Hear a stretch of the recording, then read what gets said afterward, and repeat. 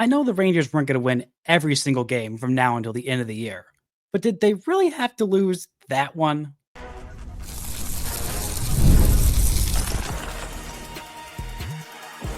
You are Locked On Rangers, your daily Texas Rangers podcast, part of the Locked On Podcast Network, your team every day.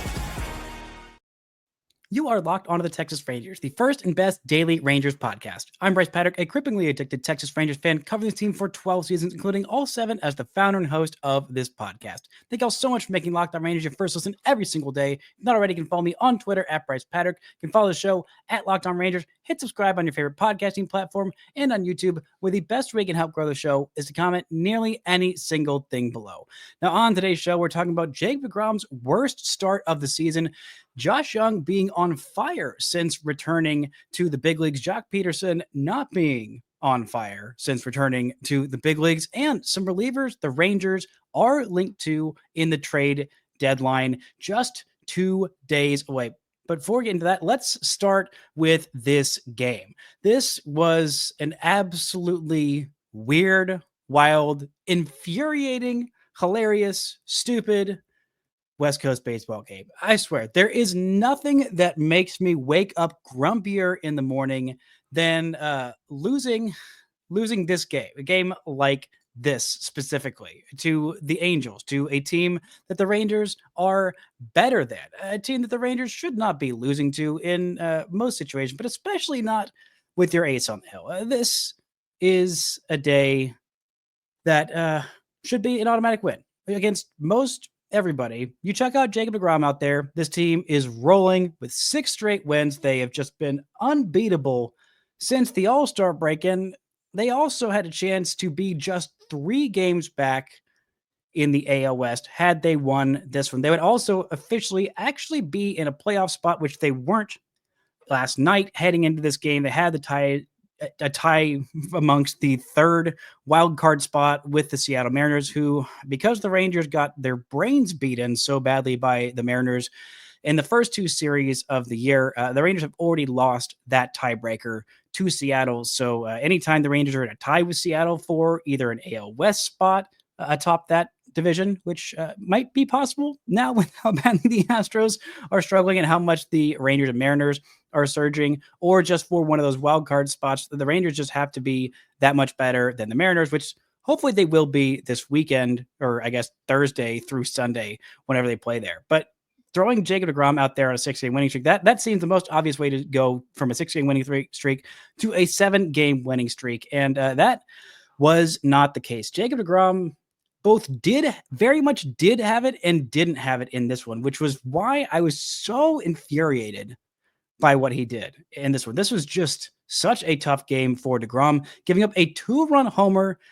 to the 9-hole hitter. And every time this Rangers team would battle back and give him a couple of runs of support, he would give it up immediately. He gave up 2 runs on that 2-run homer in the 3rd. The first 2 innings, he was just absolutely untouchable, even really most of that 3rd inning, outside of one slider that didn't slide to Kevin Newman for his 2nd home run of the season, and now has his OPS on the season all the way up to 489. Giving up a homer to a guy who is hitting below 200 heading into this game with a sub 500 OPS, not an ideal way to go about it. He also gave up a home run to Taylor Ward when he threw him 5 straight fastballs. I mean, he went down 3-1 and then thought, what if I throw a fastball right down the middle that he's seen 4 times in a row? And Taylor Ward crushed it for a career-high 25th homer of the season, a guy who the Rangers might have their eyes on trading for, a guy who is, been really good this year, who crushes left-handed pitching, isn't owed too much money, which apparently is the main focus for the Rangers, or at least Ray Davis during this trade deadline. We'll talk about that a little bit later on. But also, even with this frustrating start from deGrom, who, kept this team kind of in it. The team, it should have been more than just keeping them in it. He had 8 strikeouts in his 5 1/3 innings, and one of those runs that he gave up was given up by Jacob Webb, giving up a 2-run homer to the first batter that he faced, and then locking down and striking out 4 out of the 7 hitters that he faced this year, or last night, I should say. It was just a weird game. And also it felt like a game the Rangers were kind of gifted. They were gifted those first two runs. Just an absolute gift by Camparo, who just straight up missed an easy catch in his breadbasket, scoring those 2 runs, tying the game up after that 2-run homer. And then he gave up another run, and then he gave up 2 runs in that 6th inning. And the Rangers, despite fighting back and getting really close to tying this game up. I mean, heck, a ball that Corey Seager hit in that 8th inning was just barely, or maybe it was the 7th inning, just barely shy of that foul pole and being a 2-run homer, which would have given the Rangers maybe 1 run away at that point from tying this game. Would have been a closer game. Maybe would have got some more competitive at-bats in the 9th inning, but the Rangers had their chances. They left 9 runners on base in this one. They went 1 for 8 with runners in scoring position.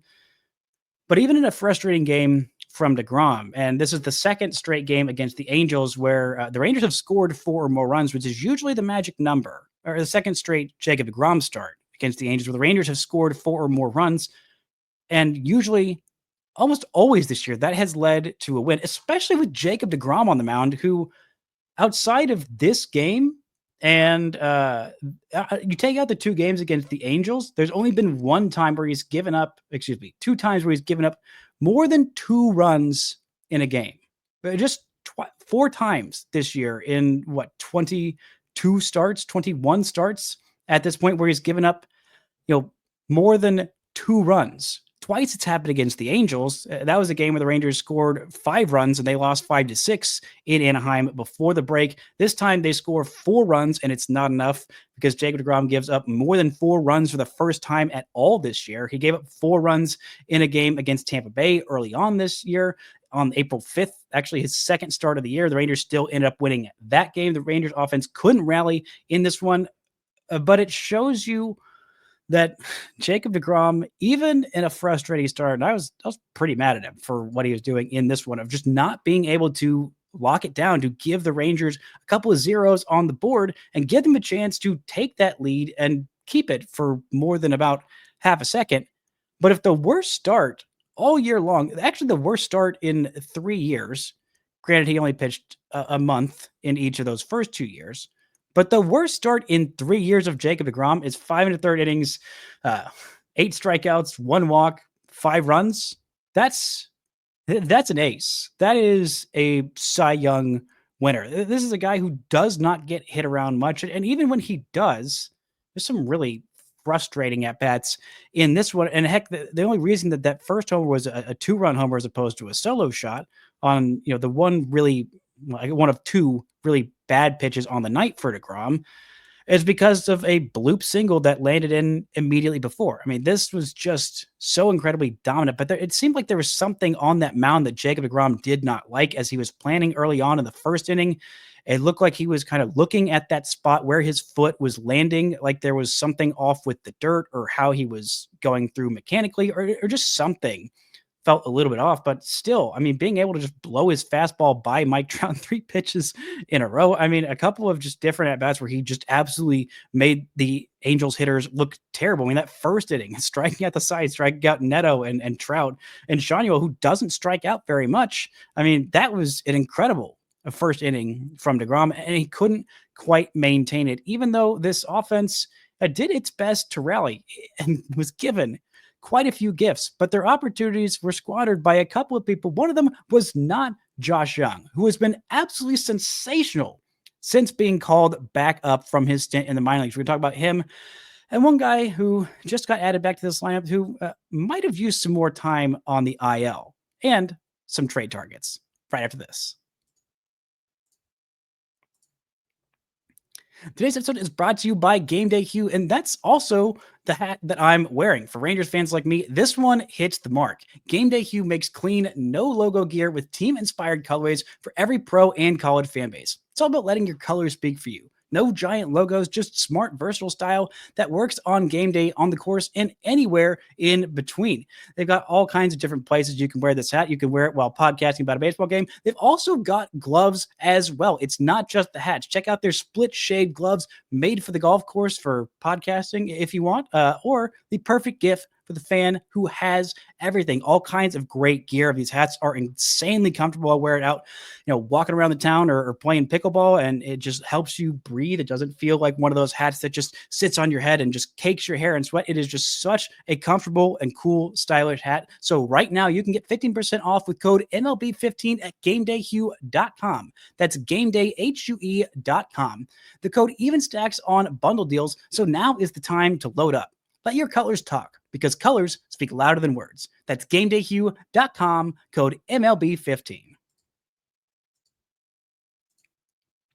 Shout out to the editors making Locked On Rangers your first listen every single day. On tomorrow's show, I'll be talking about the second game of this series. Hopefully one where the Rangers can start yet another 6-game winning streak. Patrick Corbin versus Yusei Kikuchi, battle of the lefties. And a game where we probably won't be seeing Joc Pederson, which would be nice. Joc Pederson, who is he's just not been good this year. He's actually been quite bad, coming up in some big spots. I do have to give him credit. He did have one of the hardest hit balls of the day in this one. Only harder hit ball was by Josh Jung, 106.9 mile an hour grounder that didn't make it through the infield, just like none of the hits that Joc Pederson, or I guess the balls that Joc Pederson has put in play in the 2 games since returning from the IL, have left the infield. I mean, he hit this one hard enough that it would normally leave the infield. He also struck out in 2 big spots with a chance to tie this game up or give the Rangers the lead, and just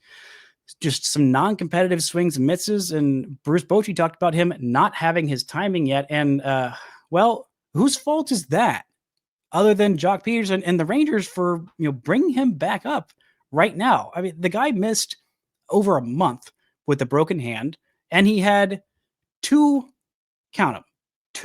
rehab games. Excuse me, not even 2 rehab games in Frisco. He had 1 game and then a half a game because the game got rained out after the top of the 5th inning. So literally 1.5 games that Joc Pederson had after a month of being out. And the Rangers just said, nope, he's fine. He's fine. He's totally fine. And then the second he gets up and he struggles, they say, oh, actually his timing is off. Oh, he's still finding his rhythm. That's what rehab games are for. That's what the rehab is for. No one was saying you got to call him up immediately, right now, right this second. They need Joc Pederson. They really don't at this point. Not right now.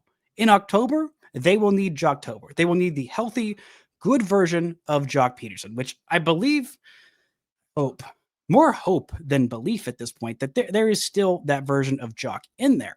But it's incredibly infuriating for the Rangers to call him up so quickly after, a game and a half and say, oh yeah, no, he's fine.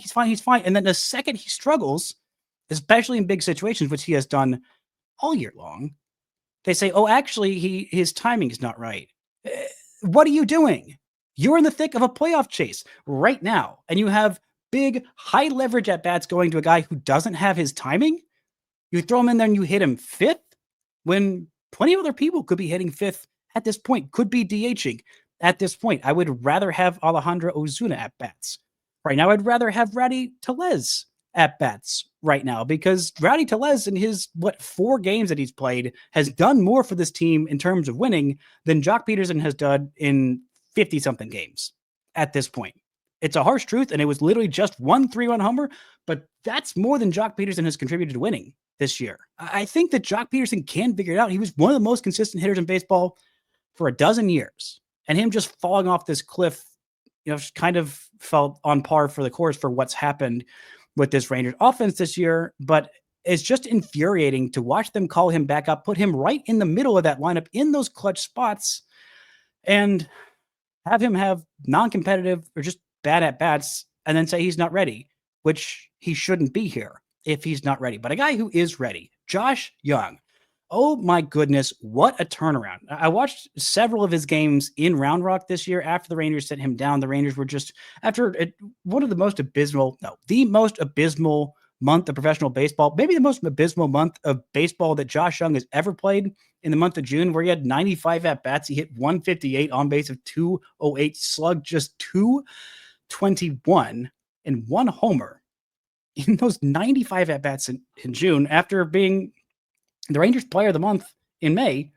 He just did not really do the things that I was looking for him to do in AAA Round Rock. I mean, the main thing was just not expanding the strike zone, making better swing decisions, because Jung just had really expanded the zone on some ugly pitches, some ugly swings during that month of June when he was just trying to find it. He was very much trying to find his way. And Round Rock, I was just hoping that he would walk more, just walk at even a league average rate.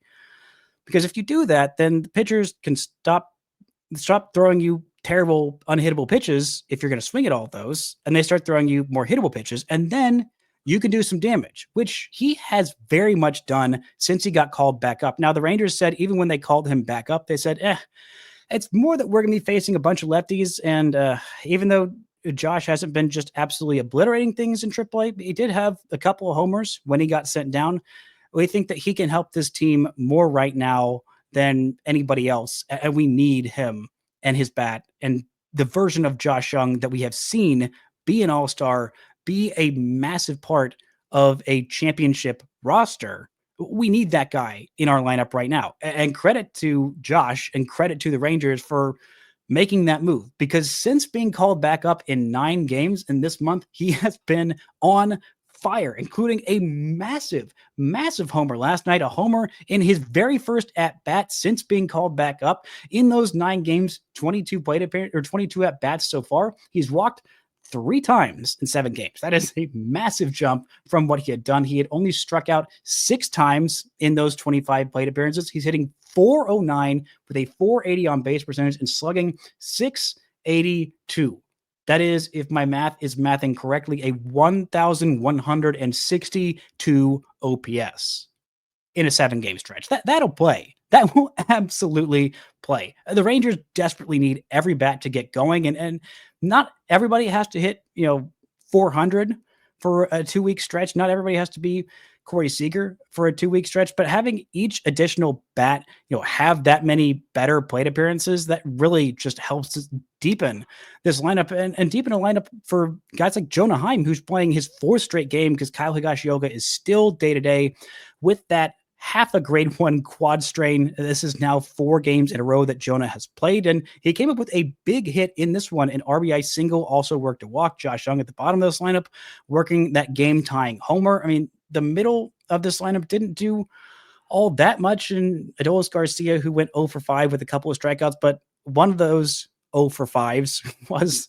that bloop double, aka 2-base error, that scored a couple of hits. He just put a ball in play, and he let the Angels' terrible defense do the work for him. Joc Pederson, not a whole lot. Wyatt Langford had a mostly great day offensively with that bloop RBI, or not RBI, just bloop double to lead off that, I believe, the 6th inning, but unfortunately was immediately doubled off on a line drive hit by Evan Carter to the pitcher that was snared. And then Langford, who didn't freeze on that line drive, just a real base running boo-boo, because if Wyatt Langford had frozen and gotten back to second base on that line drive, just a good hit by Evan Carter, but was not able to get past the pitcher. If it did, then that would have been an RBI single. Then Josh Jung's homer would have been a 2-run homer, or even if Langford hadn't been doubled off, it would have been a 2-run homer, maybe would have made the difference in this one. But still, I mean, Corey Seager, who keeps on reaching base, a couple of intentional walks, who only one of those was made to pay. Corey Seager being one of those runs that scored on that terrible miscatch, not catch by Camparo out there in right field, felt a little bit like karma. I mean, he has been walked intentionally so many times, and you really like for Marcus Semien to make them pay just that little bit more instead of him, making them pay. He works another walk to load the bases in that situation to get to Adolis Garcia. I mean, Adolis, just not the best day, but definitely a positive enough day out there in right field. Also had a defensive miscue that let a double drop on a ball that he just straight up missed out there in right field. The last batter that deGrom faced maybe could have been an out, alas, it wasn't. And then maybe things would have gone a little bit differently. That homer that Jacob Webb gave up, it would not have, sunk the Rangers as much. But still just a frustrating and weird day for this offense. But Langford, I really got to give him credit. Working that walk later on, he's had some better plate appearances as of late, including that great day on Sunday where he had that 3 RBI double. This double, though it wasn't hit particularly hard, and it was mainly Wyatt's speed that got him there, I really got to applaud him for the adjustments that he made. I mean, that changeup, he just really was not seeing well from, I believe it was Brogdon in the game at that point. 2 changeups at the bottom of the zone that he swings and misses over the top of. Then he fouls off a fastball up over the middle, just messing with that timing again. Then he goes back to the changeup on a pitch down and in that had some really, really good movement on it. And credit to Langford. He made the adjustment and he muscled that thing into left field, used his speed to easily get to second base. That is the kind of thing that Wyatt Langford can do, is make those adjustments. We hadn't seen him made as many of those as of late, but seeing him be able to make those adjustments like that, seeing the rest of this lineup, I mean, until the 9th inning where the Rangers, had a couple of non-competitive at-bats, I mean, they had more walks than strikeouts, and it's hard to lose a game when you have more walks and strikeouts, and when you have your ace on the hill, just his 3rd loss of the season, ERA ballooning up all the way to 2.55. A frustrating day. It's still a great day for Cole Winn out of the pen in that 8th inning, keeping the Rangers in it, giving them a chance to tie it up, which they never ended up doing. But still, this bullpen, who maybe could use a little bit of help with how much Jacob Webb and some of these other guys have been used. There are some guys who the Rangers have been linked to, according to Ken Rosenthal in The Athletic and the Evan Grant of the Dallas Morning News. We're talking about who the Rangers could target, what the financial situation is, and why that actually shouldn't matter at all, and more right after this.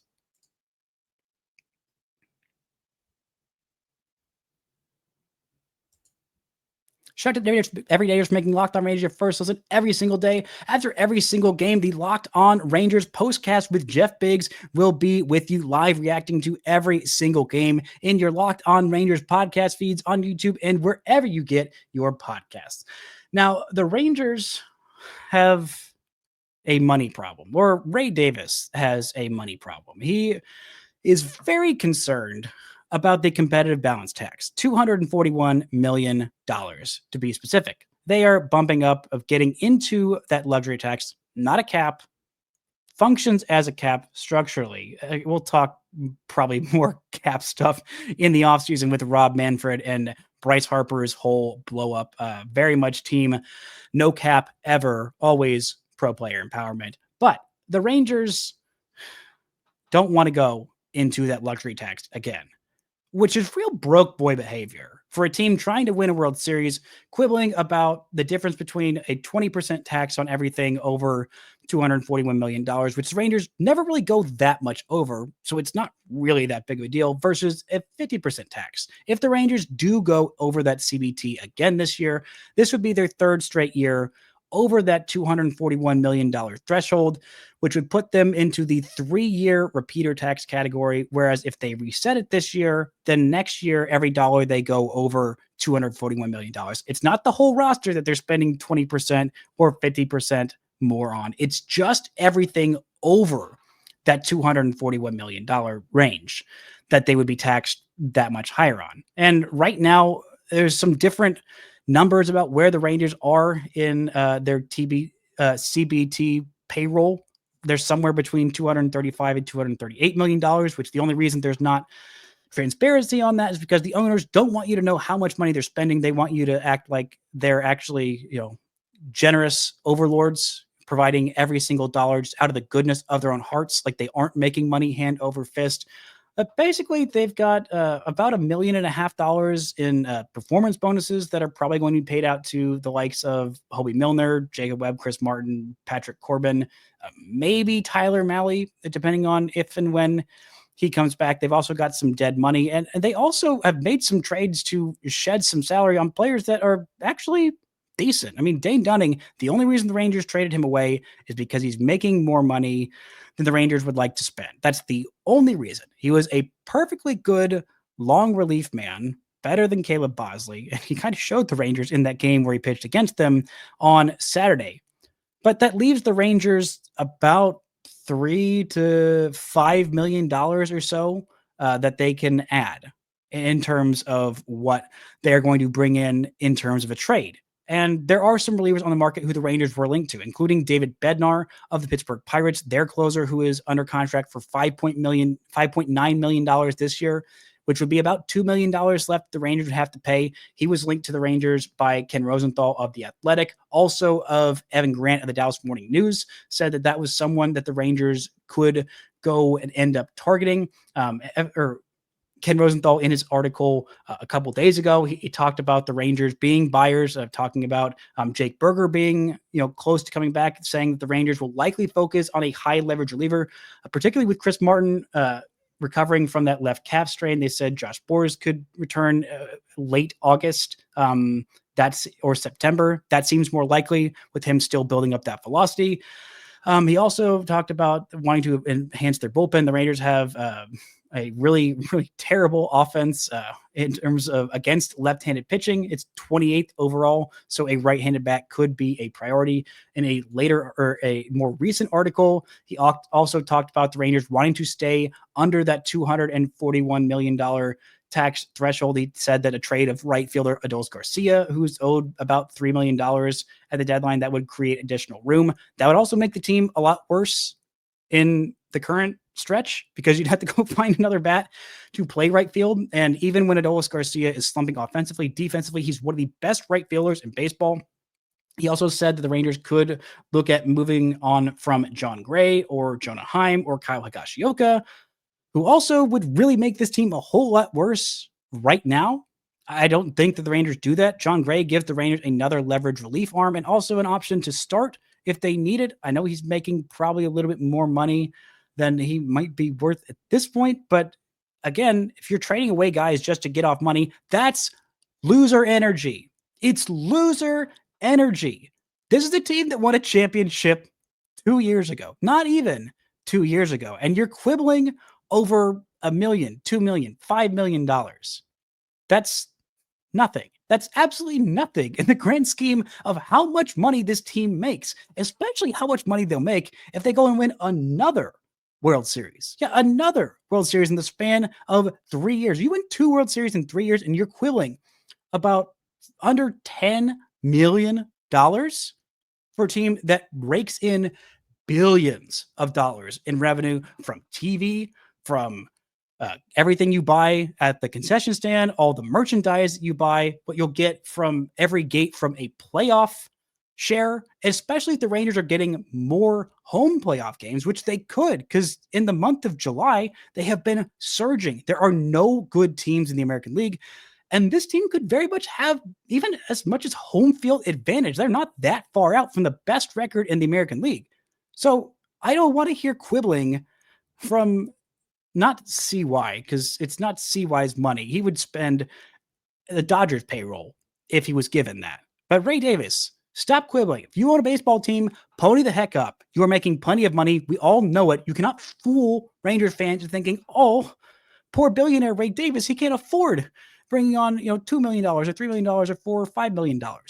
But if that is the mandate, then that is what the GM has to do. And Chris Jung has done a good job of working in those margins. And now those margins would be a lot better if he didn't spend $18.5 million this year and next year on Joc Pederson. That would be a nice one to be able to just move on from and dump that salary. The Rangers could add basically whatever they want. They also don't have a particularly deep farm system to trade for a bunch of these guys, but let's look at some of the guys who the Rangers were linked to. David Bednar, who was a very, very good closer for the Pittsburgh Pirates. The Rangers were kicking the tires on a trade for Bednar a couple years ago. Last year, he completely pooped the bed, just kind of forgot how to pitch good after being an all-star 2 straight seasons before that in 2022 and 2023. This year, he's back to the all-star version of himself. He has got a really good fastball, sits around 97, a good splitter and curveball. That could give the Rangers a certified closer if that is something that you think the Rangers need, a capital C closer. I don't think they need one. I think they could use another high leverage arm. I think Robert Garcia is more than fine in that role, but it allow you to use Garcia in more left on left spots or just high leverage spots where you could move him around. and have a guy who's got more closing experience in that closer role. He's going to make about $2 million from now until the end of this year. He's also got an arbitration year next year. So that could be something that's very helpful. Peter Fairbanks, who I'm more skeptical to trade for, the former Ranger great in the great Nick Solak trade heist, who has been one of the most consistent relievers in baseball for the last 5 years. For the last couple of years, his strikeout rate has gone down quite a bit. I mean, from 2023, he had a strikeout rate of 37%. That was elite 68 strikeouts in 45 and a third innings. Last year was down to 44 strikeouts and 44 in a third innings. He had a 3.5 ERA last year. This year, the ERA is more in check, a 2.75 in 39 and a third innings, but only 33 strikeouts. The K rate is down quite a bit. The chase rate is also down. The walk rate's not great. He's not letting anybody barrel him up. He's not allowing really just barrels. He's still getting hit hard. He's just not allowing barrels, so it's not being hit at the proper angle. He's getting hit a lot of like hard ground balls, but he's not striking out a whole lot of guys. He's walking a decent number of guys. I don't think that's necessarily worth it. And I'd really, really hate to lose 2 Pete Fairbanks trades and look absolutely foolish. Next, there's Kyle Finnegan, who's owed about $2 million. He's the Nationals closer. He's done a good job in that closer's role. He's been a closer for several years. If that's something you think the Rangers could and do need, he could definitely help this Rangers bullpen in that high leverage relief role. He's owed about $2 million from now to the end of this year. Could definitely keep them under the CBT. And I think that's someone they'll at least kick the tires on.